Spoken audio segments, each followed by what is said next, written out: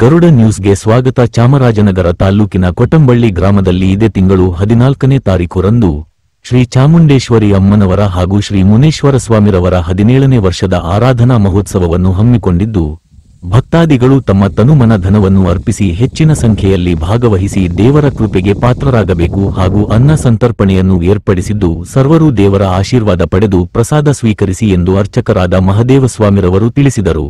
ವರದಿ ಮಣಿಕಂಠ ನಾಯಕ್, ಚಾಮರಾಜನಗರ.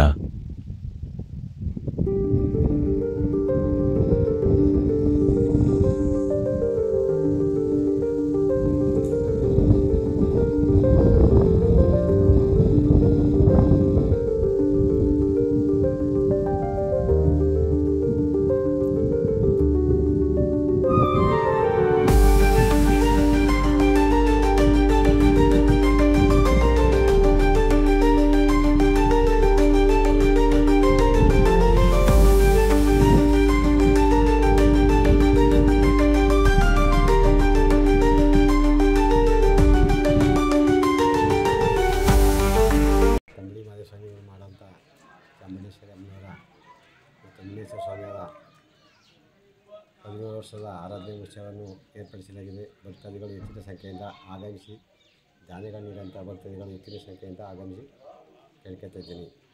14ನೇ ತಾರೀಕು ಶುಕ್ರವಾರ ವಾರ್ಷಿಕೋತ್ಸವ ಮಾಡ್ತಾರಂಥ ಕಾರ್ಯಕ್ರಮ.